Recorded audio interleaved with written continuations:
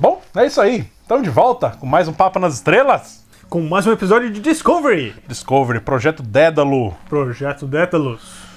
Com grandes aventuras e muitas explosões. Muitas aventuras. E serras cortantes. Serras cortantes, é verdade, teve também. Esse não é a primeira vez que aparece esse nome em Star Trek, Dédalus. Dédalo, na verdade, é o pai do Ícaro. Lembra do Ícaro? Que tinha as asas e que derreteu as asas? Do Ícaro eu lembro. Então, ele é o pai dele. Oxe. E ele era um grande inventor, tipo um engenheiro. Assim, ele criava coisas e tal. E ele que criou o labirinto do Minotauro para esconder que a mulher do cara lá, a mulher do Midas, tinha dormido com o boi. Isso aconteceu. É mitologia, né? Ela dormiu com o boi e aí nasce o Minotauro. Foi isso que aconteceu. Pois é. Tá. E aí eles escondem o Minotauro nesse labirinto, que foi o Dédalo que fez, que construiu. Caramba. Mas ele também era um cara muito invejoso, porque ele treinava, ele era professor, o guia de um sobrinho dele, uma coisa assim. E aí o sobrinho inventa uma ferramenta, que é um serrote. O sobrinho inventa o serrote. E aí ele fica muito invejoso daquele serrote e ele mata o sobrinho, né? Porque ele não inventou o serrote no lugar dele. Então, enfim, esse é o Dédalo. Daedalus é o nome de um episódio de Enterprise, da Star Trek Enterprise, que é prequel da prequel, né? Porque são 100 anos, são 90 anos, sei lá, X anos antes de Discovery. E é o episódio que aparece o Dr. Erickson, que ele foi o criador do teletransporte. É isso que aparece nesse episódio. E, enfim, não, é o nome desse episódio, chama Dédalus, né? Dédalo aqui em português, Daedalus em inglês. Enfim. É isso. Bom, esse episódio define quem é o vilão da temporada, né? Finalmente a gente sabe quem é o vilão, Tá, ok, sim. né? Sim. Agora a gente tem oficialmente o vilão da temporada, que é o Control, né? Que é essa inteligência artificial da seção 31. Né? Tá. Que tem uma série de livros que chama Seção 31. São 5 livros, cada livro se passa com uma tripulação de Star Trek. Tem na época do Kirk, tem na época do Cisco, tem na época de todo mundo, né?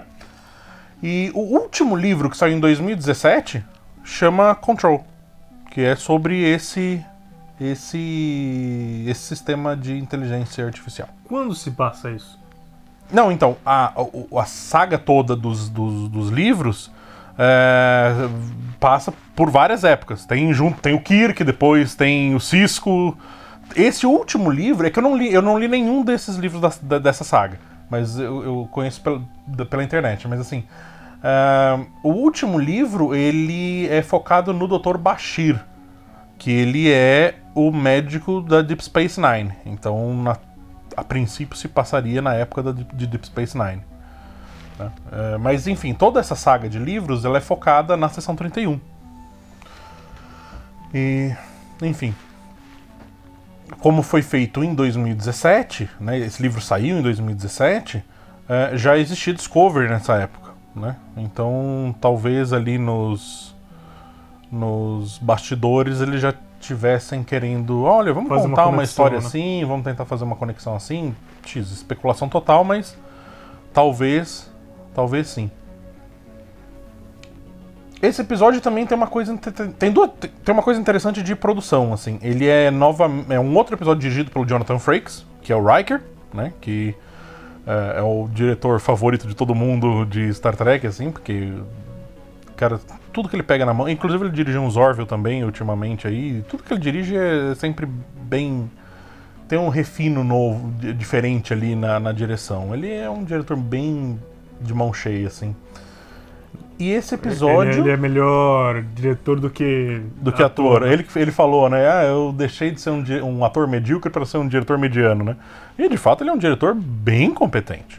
Ele fala mediano por ser modesto, né? Mas ele é um diretor muito competente. E você sente isso no episódio, né? Como ele usa bem a tripulação toda, né? Tá todo mundo fazendo alguma coisa. Você não tem espaço vazio na nave, né? Tá sempre acontecendo alguma coisinha. É interessante isso. E esse é o primeiro roteiro da Michelle Paradise, que ela é a nova showrunner de Discovery. Ela, a partir da 3ª temporada, vai ser a showrunner do negócio, junto com o Alex Kurtzman. Mas estão dizendo que o Alex Kurtzman vai estar só de nome, assim, quem vai tocar o barco mesmo é ela. Então esse é o primeiro episódio que nós temos ela fazendo alguma coisa realmente na série, né? Escrevendo um roteiro para esse episódio. Inclusive, ela vai ter mais 2 episódios nessa temporada ainda, o penúltimo e o último dessa temporada. Então eles estão realmente entregando o barco na mão dela, né? Ó, toca aí. Se ela vai fazer a season finale, né? Mas esse não foi o primeiro episódio que ela fez, né? Quer dizer, é a primeira coisa que ela fez, né? Como assim? Ah, na vida? É. Não. Ela tinha umas outras séries, mas a primeira ficção científica que escreveu foi esse episódio.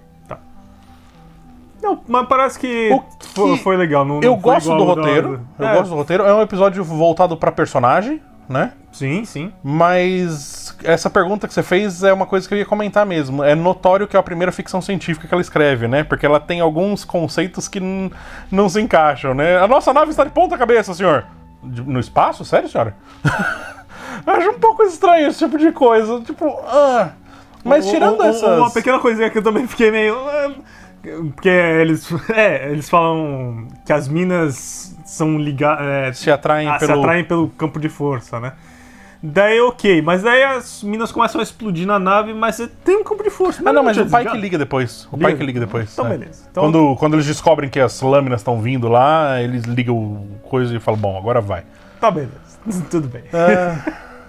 E ela também não tem um conceito muito certo de download e upload, né? Ela usa download pra tudo. Quando a Irene tá fazendo o upload das memórias dela pra Discovery, ela fala que tá fazendo download das coisas. Quando ela tá pegando informação do computador, também tá fazendo download. Download e upload depende de onde você tá, né? Você tá recebendo ou tá entendendo? Depende dos... sempre o ponto de vista do usuário, né? O usuário tá mandando ou o usuário tá recebendo, né? O servidor tá lá pra executar, né? Enfim, ela não tem esse conceito muito claro na mente dela, como roteirista, né? Então, isso a gente vê que... mas, como o desenvolvimento de personagens, eu acho o episódio super sólido. Então, exatamente isso que uma coisa que acho eu tava... muito competente o roteiro, inclusive. Uma coisa que eu tava falando, eu gostei muito do desenvolvimento da... Esqueci o nome da robozinha. Erin. Da Erin. Gostei muito desse episódio mostrando a Erin, sabe? Só uma coisa que eu fico um pouco triste com Discovery sobre isso é que eu queria ver esse tipo de coisa muito mais em Discovery. Eu queria ver lá da primeira temporada desenvolvendo ela. Exato. E aí ela morre nesse episódio. E aí a gente fala, uou, putz, perdemos um personagem. Agora eles resolvem contar toda a história dela em 40 minutos. E tipo, quando ela morre, a gente fala, já foi. Não, assim, ó. Porque a gente não se apegou a esse personagem. Não, eu digo até que, por exemplo, esse roteiro, no que diz respeito a Detmer? Não, a Erin. No que diz respeito a Erin, foi até muito bom, porque, de certa forma, eu senti quando ela morreu. Eu até, tal. Mas teria sido muito mais sentido se a gente conhecesse mais ela ao longo... Ok, não precisa ser ao longo das 2 temporadas, mas pelo menos ao longo dessa temporada. Já que ela realmente vai ser uma coisa... um pouco mais o personagem, né? Porque o máximo de desenvolvimento que a gente percebeu nessa temporada é que ela começou a falar. Antes ela era muda, aí ela deixou de ser muda. Antes ela era um vaso e tornou-se uma pessoa. A pessoa do corredor. Exatamente. A morte dela é quase que um camisa vermelha... com purpurina, assim, sabe? Porque ela basicamente tomou corpo nesse episódio. Ela não fez mais nada na série até então. Sim. Né? E quando ela aparece agora nesse episódio, como vamos lá, ela vai na equipe de desembarque, desce no planeta, na estação e começa a fazer um monte de coisa. E beleza, tem alguma coisa aí. Mas aí eles matam o personagem porque era a história que eles estavam contando, tudo bem. O problema da morte desse personagem não tá nesse episódio. Esse episódio fez o serviço certo. Exato. O problema tá em... não contar sobre esse personagem. Tá em 10 episódios antes. Sim. Que não estavam desenvolvendo esse personagem. É uma pena que eles não... É uma pena que o Alex Kurtzman, que é o atual showrunner, não tem esse conceito claro na cabeça dele. Que ele precisa desenvolver personagens pra poder matar. Uhum. Senão a gente não se importa com a morte. Eu, sinceramente, a hora que eu vi, tava lá a Tilly chorando e todo mundo na ponte com os olhinhos brilhando de lágrimas e tal. Tava... ok, essa cena poderia ter sido tão mais forte se tivesse sido planejada antes. Eu poderia estar chorando junto com a tripulação se eu tivesse vivido o que eles viveram. Mas não. Uhum. Aí eles mostram... Olha o problema do flashback. Eles querem mostrar o quão importante é esse personagem através de flashbacks. No caso dela, é ela vendo as memórias que ela vendo as memórias dela mesma. Uhum. Beleza, interessante. É legal ela poder ver as memórias dela, porque a gente descobre que ela tem um espaço limitado dentro desse HD que ela tem dentro do cérebro. Uhum. Porque ela não é um robô, né? Ela é um ciborgue, na verdade. Ela é um ser humano que sofreu um acidente e aí repôs partes do corpo com partes cibernéticas, né? A lá Robocop, né? A lá Robocop. E ela tem um espaço limitado que ela pode carregar de informação dentro dela. Que são 700 bilhões de teras. Né? Que vai de encontro com o final do episódio ali, onde ela tem que tirar, né, descarregar as informações dela, fazer o download das informações dela, né?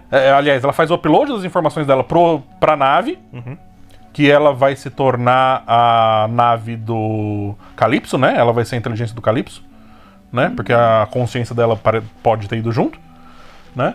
E... né? Faz sentido.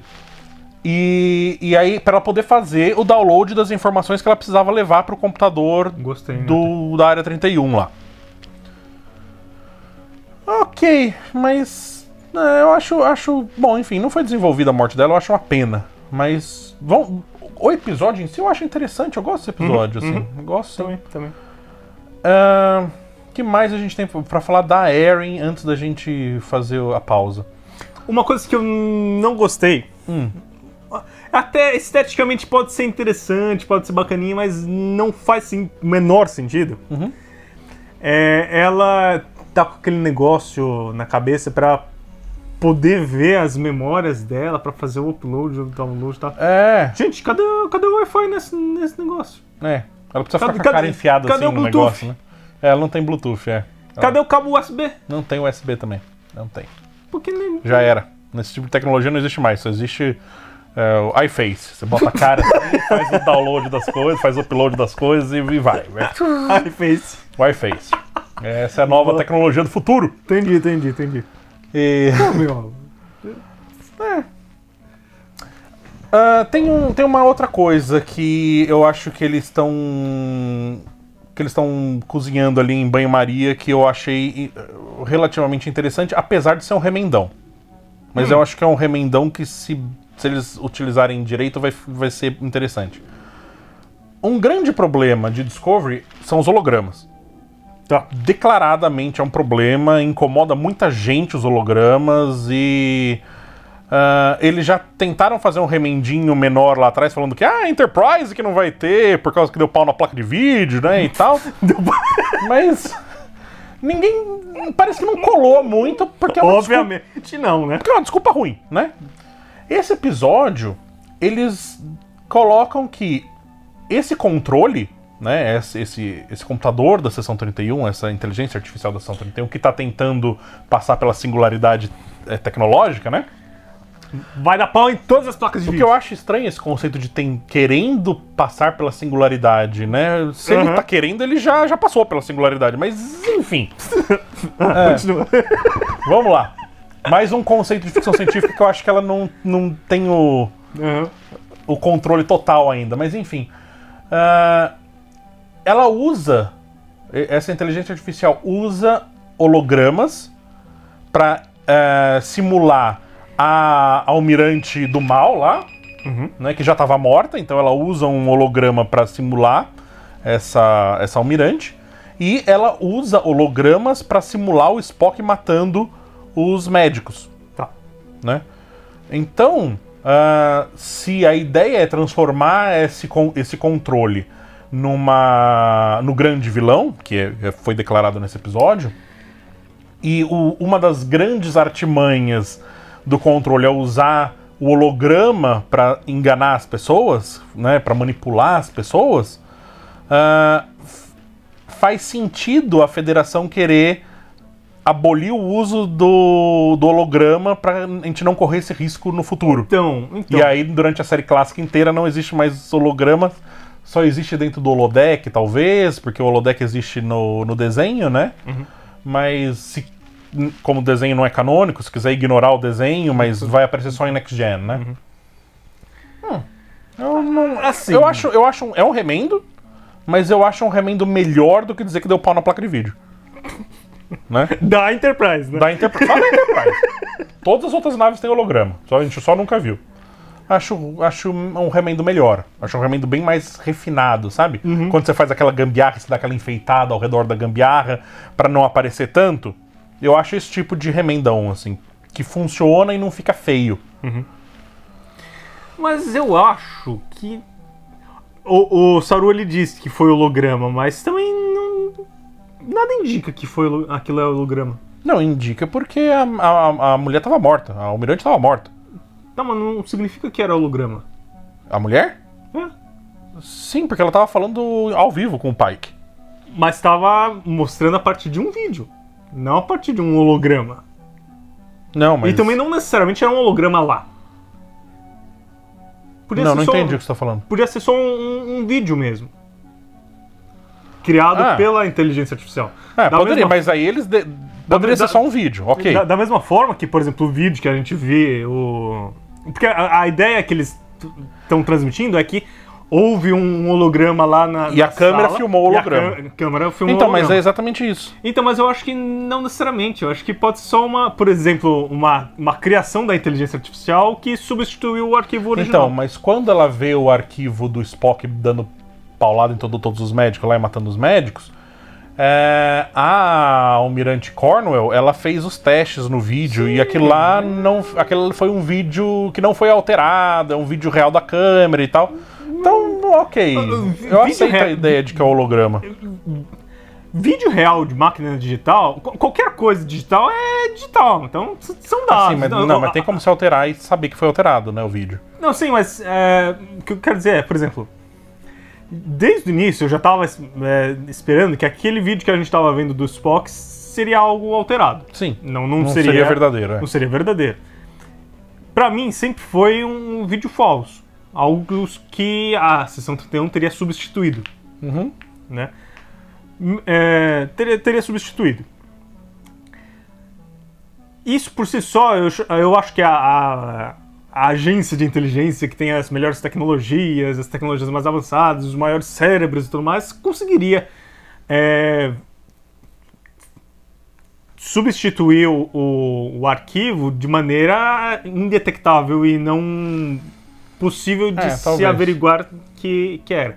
Considerando agora que é uma inteligência artificial, eu acho que o nível de sofisticação, de falsificação, eu acho que seria maior ainda. Seria ainda mais eficiente, por assim dizer. Sim. Mas enfim, eles identificam lá como sendo um holograma. Mas de qualquer maneira, também. E aí eu acho que é isso que eles vão querer fazer, assim, justificar isso pra poder usar isso como argumento pra poder sumir com os hologramas no futuro. Acho que é uma possibilidade que eles estão planejando aí. Pode ser, obviamente, mas eu também acho, desculpa, meio ruim. Melhor que a outra, mas sei lá. Bom, vamos fazer uma pausa e a gente volta falando do Spock da Burnham. Sim.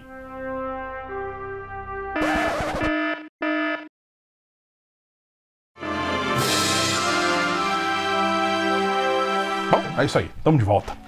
Lembrei de uma coisa, Tico. O quê? Daedalus é uma classe de nave também. Ela é basicamente a mesma... A parte de trás, né, que tem a engenharia, tem as nacelezinhas, é igual. Só que onde tem o disco, né, que seria a seção de comando e tal, onde é a nave principal, né, em vez de ser o disco, era uma grande bola. Né?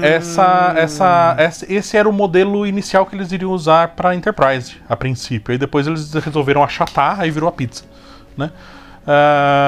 Essa bola, né, esse conceito de bola, depois foi meio que reaproveitado na nave do 2001, o modo no espaço, que é uma nave compridona, assim, tem uma bola na frente, né? Curiosamente, essa nave chama Discovery 1. Né? Discovery 1. Desculpa, a do 2001. 2001, legal. Ela chama Discovery. Mas enfim. Só lembrei disso enquanto eu tava fazendo os negócios ali. Uma outra coisa que eu também tava pensando sobre a inteligência artificial, também que é mais ou menos na mesma época, né? É o computador que a Enterprise testa, daquele doutor lá que... Dr. Daystrom. Daystrom, exatamente. É o M5. O M5. Cara, aquele episódio por si só eu achei super legal. Eu acho muito esse bom. Esse episódio é o computador supremo, The Ultimate Machine. Que, quem sabe, não é uma derivação disso daí, ou o teste de os todos os protótipos para construir o M5 deram nisso daí. Não sei como que vai ser isso, mas esse M5 acho que é uma coisa legal. Pode ser, Bom, vamos falar do Spock? Vamos. Que é a primeira vez que a gente tem o Spock de verdade. Porque o Spock aparece no episódio só balbuciando. Isso. No outro a gente vê ele muito através das memórias dele, então a gente não tá vendo o Spock em si. Esse episódio é o primeiro que o Spock está acordado, está consciente, está falando. Falando muito. Eu achei legal, assim, eu gostei desse ator novo como Spock. Eu não achei Eu achei um pré-Spock legal. Porque ele não é o Spock que a gente vê no Decade, junto com o Pike, que era um outro Spock. E não é o Spock que a gente vai ver jogando xadrez com o Kirk. Isso. Né, na primeira cena que o Kirk aparece, né, que é a cena de apresentação do personagem, de construção do personagem Kirk ali, né? É ele ganhando o xadrez do Spock. Né? Então é um Spock ali no meio termo, né? Ele não é nenhum extremo nem outro extremo, né? E eu acho legal esse Spock de transição, porque ele é um Spock que ele é mais contido até certo ponto do que o Spock do Decade, que era um Spock que dava risada e tal, e era um Spock mais marinheirão, né? Quando todo mundo... Ele falava como se fosse um grande marinheiro, assim, né? Falando no barco, né? Era engraçado esse tipo de atuação dele na época. E ele ainda não é aquele... Porque o próprio Nimoy demorou uma boa meia temporada ali pra ter o Spock na mão mesmo. Ele demorou. Não se constrói um dos maiores personagens da ficção científica da noite pro dia, né? O próprio Nimoy demorou uns bons episódios pra pegar o Spock pela rédea mesmo e falar, dominei isso aqui, né? Ok, sim. E eu gosto desse, assim... Eu acho que ele imposta a voz da maneira certa, sabe? Ele soa como Spock. Mas eu não sei se ele tem o olhar do Spock, sabe? Ele ainda... Eu acho que o olhar dele ainda é muito emotivo para ser o Spock. Ele ainda está alguns passos atrás. Né? Ele ainda não tem aquele controle total da emoção, e nesse episódio ele nem quer ter o controle total da emoção, porque ele fala que é a primeira vez que eu gosto de demonstrar minhas emoções, né? Eu acho legal que ele fala, gosto de demonstrar a minha emoção, não gosto de ter a emoção. É a primeira vez que ele estaria confortável de botar pra fora essa emoção. Eu acho legal que eles colocam essa diferença entre ter a emoção e demonstrar a emoção, que é uma constante no Spock, no Spock clássico. Ele sempre teve emoções, só que ele tinha uma habilidade enorme de não demonstrar as emoções, né? Eu achei certeiro esse comentário, assim, essa fala, essa frase, eu achei certeira. Mas eu não sei quanto a essa cena principal dele jogando xadrez com a Burnham. Eles, obviamente, os dois têm um rancor, uma coisa muito grande ali entre eles, né? Que impede que eles falem normalmente um com o outro. Oi, Todinho, tudo bem?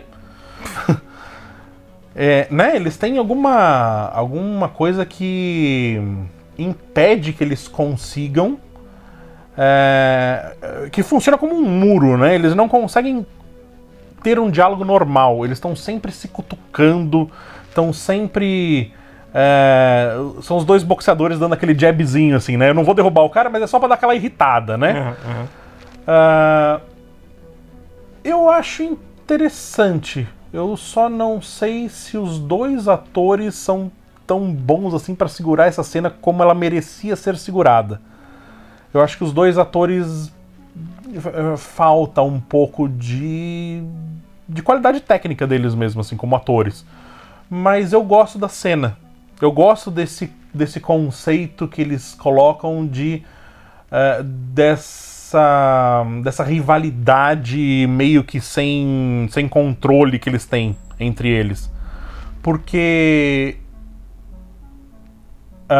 o Spock sempre teve um rival, que foi o McCoy, né?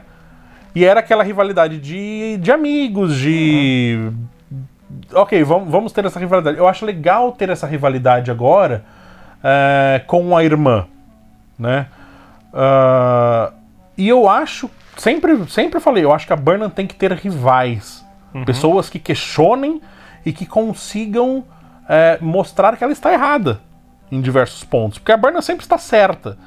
Eu acho interessante quando aparece um personagem que mostre que tenha poder de fogo para botar a Burnham como errada de um lado da discussão.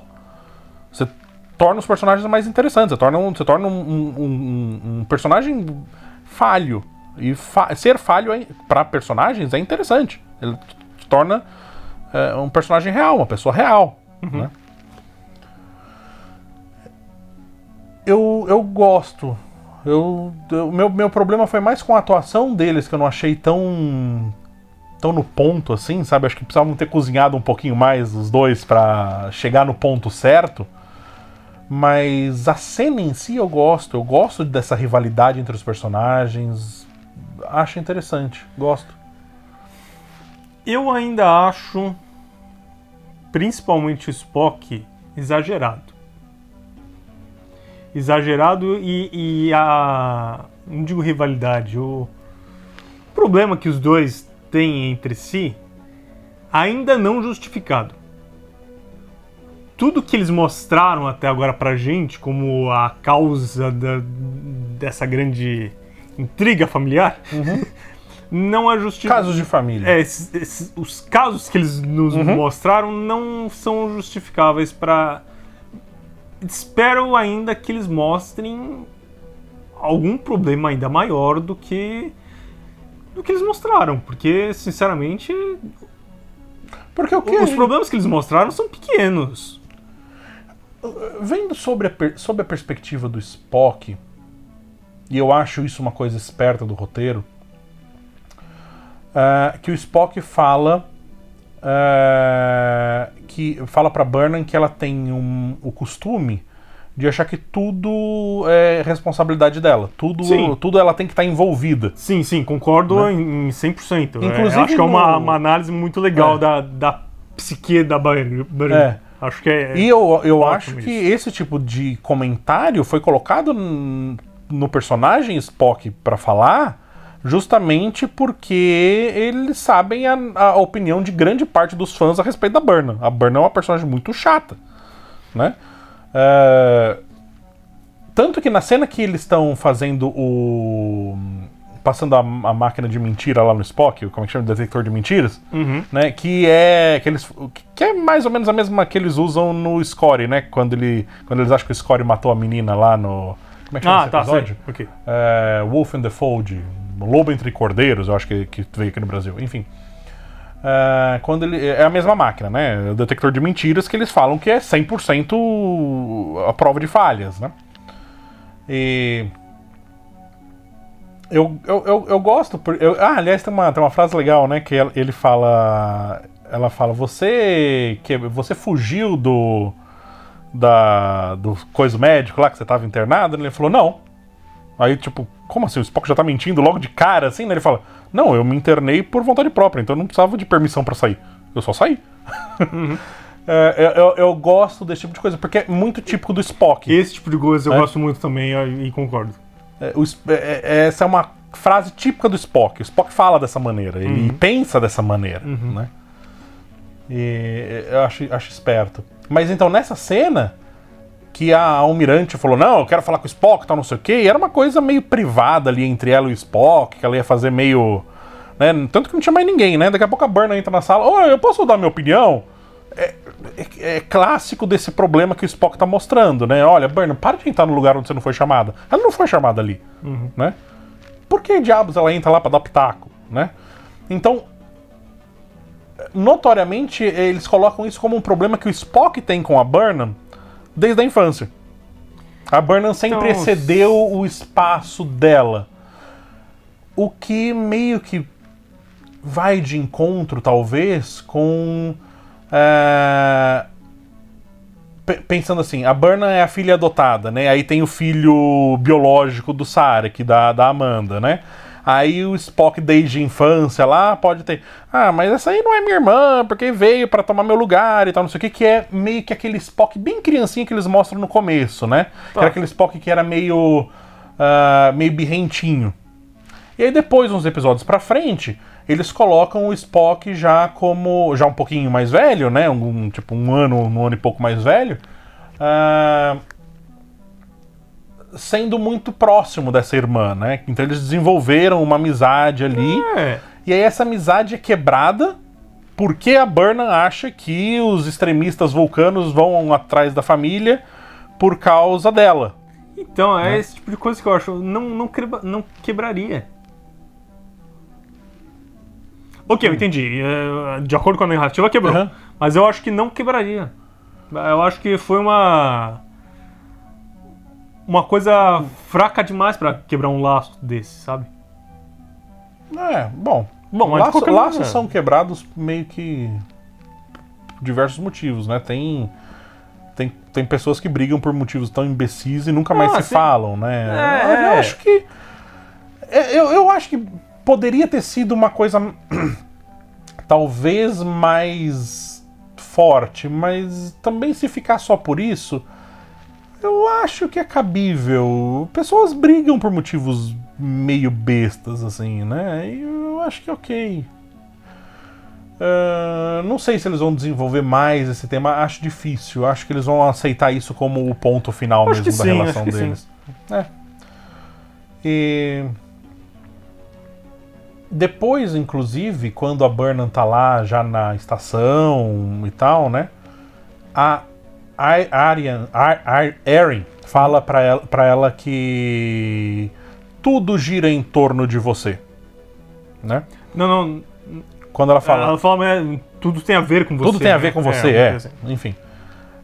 Que, de novo, vem de encontro com toda a estrutura que eles estão construindo na série até agora. A Burnham é a protagonista e todo mundo está lá pra... É que nem banda que tem o vocalista, né? E toda a banda não está lá como banda. Todo mundo está lá de banda de apoio para aquele cara brilhar. Né? Então, geralmente são essas bandas que vem o nome do vocalista, né? E aí todo o resto da banda toca para aquele cara. Discovery é mais ou menos isso. Tem a Burnham, que é a vocalista, e aí todo o resto da banda tá ali para servir para fazer esse personagem principal brilhar, né? E aí, no final do episódio, a Erin fala, né? Tudo vai de encontro com você e tal. e que ela tem que procurar o projeto Daedalus, né? O projeto Dédalo. Né? E que antes dela... E aí a Burnham vai perguntar o que é ele? Ela é lançada no espaço e tal. Infelizmente não bate nenhuma mina. Teria sido engraçado, mas... Ela batendo uma mina explode, Explode, né? Mas não fizeram. O que eu acho que... Acho que eles não fizeram isso, mas seria uma falha, pelo menos não tentar. Eu acho que daria pra pegar o corpo dela pra, sei lá, tentar consertar. Religar. Mas é que ela tem uma parte biológica, reiniciar, né? Reinstalar o Windows. Mas ela não é 100% máquina, né? Ela tem uma parte biológica, então acho que a parte biológica já morreu mesmo, né? E não tem mais o que fazer. Então. O episódio termina com uma frase do flashback, que era o vídeo que a Erin estava vendo na hora de morrer. Que ela falando, a gente tá voltando pra casa, que era ela e o marido lá, né? A gente tá voltando pra casa. Será essa mais uma promessa de Discovery de, olha, agora a gente vai fazer de verdade? A gente prometeu na segunda temporada, a gente fez mais ou menos. A gente vai realmente trazer Star Trek pro rumo que agrade todo mundo, tanto o fã antigo quanto o fã novo. A gente tá voltando pra casa. Porque, notoriamente, esse é um episódio que tem diversas referências pra série clássica. Né? Ele tem o xadrez 3D, ele tem o detector de mentiras, ele tem esse conceito da estratégia, né? Usar a lógica e a estratégia. É uma coisa de... Tem vários jogos, né? A Erin, a Tilly e as outras duas meninas lá aparecem jogando negócio e tal. E depois, quando eles têm que escapar das minas lá, é meio que um jogo, né? Porque cada um vai falando uma jogada pra poder ser randômico, né? Não ter um padrão de pensamento. Eu entendi o que o roteiro quis dizer com isso, mas eu acho que a execução não foi tão boa. Mas ok. Beleza, eu entendi o conceito. O conceito eu acho legal. A execução eu não acho 100%, mas o conceito eu acho legal. Por exemplo, nesse ponto especificamente, só um comentário rápido, é exatamente a diferença dessa superinteligência artificial pro Isaac. Que já tinha no seu banco de memórias cada regra, tudo que tava que seria, né? Então, por exemplo, pra ser randômico, pra ser aleatório e tal, as coisas, seria mais fácil ela mexer lá no manche de maneira aleatória do que, faz manobra tal. Obviamente a inteligência artificial já sabe que manobra eles estão fazendo. Já sabe como... Ele conhece a manobra, mas ele não consegue prever porque é outra pessoa tomando a decisão. Cada vez é um que toma a decisão. Mas, e aí se torna mais aleatório. Mas a decisão é padronizada. Não. A manobra é padronizada. Então. Alpha 7, não sei das quantas. Aquela manobra é padronizada. Mas quem escolheu essa manobra foi a Tilly. Aí a próxima manobra, a Beta 57.2, então, é isso foi o pai que escolheu. Aí o outro quem escolhe é irrelevante. Não, porque se, por exemplo, fosse sempre o pai que escolhendo. O pai que já tem um padrão de pensamentos. Então ele ia falar manobra alfa não sei o que, manobra alfa 37, manobra alfa 38. Mesmo assim. E aí eles iam mudando. Meu ponto uma variável pra... Quantas pessoas tem na sala? Você aumenta 10? o número de variáveis. Mas... Aumenta... Assim. É o que o episódio diz, que eles introduzem o conceito do caos, né? Assim, é uma coisa mais aleatória. Eu gosto do conceito. Eu não acho que foi bem executado, mas eu gosto do conceito. Porque o Kirk, quando ele tá jogando... Ele ganha xadrez do Spock, por quê? Porque ele joga de uma maneira muito irritante, como o Spock diz, né? Porque o Kirk não segue uma lógica, um padrão normal de jogo. O que o Spock aparece fazendo nesse xadrez 3D é justamente meio que pré-emulando o Kirk ali, né? Ele tá tentando não jogar da maneira convencional, que é o que a Burnham tá esperando que ele faça. Ela fala o tempo inteiro, sua próxima jogada, logicamente, vai ser tal coisa. Ele faz uma outra coisa aleatória. Então, tô introduzindo o caos nesse jogo. Né? Que depois esse conceito de introduzir o caos no jogo vai ser espelhado ali na ponte de comando, quando eles estão introduzindo o caos nas jogadas nas manobras ali pra escapar das minas, né? Eu acho ok o conceito. A execução foi meio mais ou menos. Mas me chamou a atenção essa última frase, assim, a gente tá voltando pra casa. Por que acabar o episódio exatamente com essa frase? É mais uma tentativa de Discovery de Não, vamos lá, dessa vez vai dar certo, o Alex Kurtzman tentou, agora tá na minha mão. Tipo, essa roteirista falando, olha, agora tá na minha mão, essa Michelle Paradise. Tá na minha mão. Agora vai dar certo. Será que é mais uma tentativa dessa? Me soa algo assim. Eu gostei do episódio, cara. Gostei mesmo, assim. Eu não estava esperando nada bom desse episódio. Não estava mesmo. Quando eu vi o previewzinho no final do outro episódio, eu falei, vai ser um daqueles. E realmente me surpreendeu. Me surpreendeu bem esse episódio. Gostei também. Acho ok. Acho um episódio sólido. Assim, a direção eu acho muito boa. E eu achei uma roteirista boa, apesar de inexperiente para ficção científica. Acho que ela precisa ter mais bagagem de ficção científica especificamente. Ela Nada que bons consultores não possam ajudar ela. Exatamente, uma boa consultoria ali. Porque estrutura de roteiro ela faz bem, ela sabe motivar os personagens bem dentro da história que ela está contando, a história em si é interessante, que ela tá querendo contar, ela tá respondendo algumas coisinhas e liberando outras perguntas. Gosto. Acho uma roteirista boa. Não sei como showrunner, tocando uma temporada inteira sozinha e tal, porque a princípio o Alex Kurtzman vai estar lá de laranja, né? Enfim, vamos ver. Que nota? Que nota, todos? Que nota, todos? Tô pensando em dar um 3. 3? Eu não sei se 3,5, acho que eu vou dar um 3.3. 3.3. Nota que acho que eu nunca dei essa nota aqui. 3.3. Acho que é isso. Acho que é isso aí. Então tá, então fica 3.15. Isso. De média. Beleza. 1.15. 1.15. É isso aí. Obrigado por nos aturar por mais um episódio.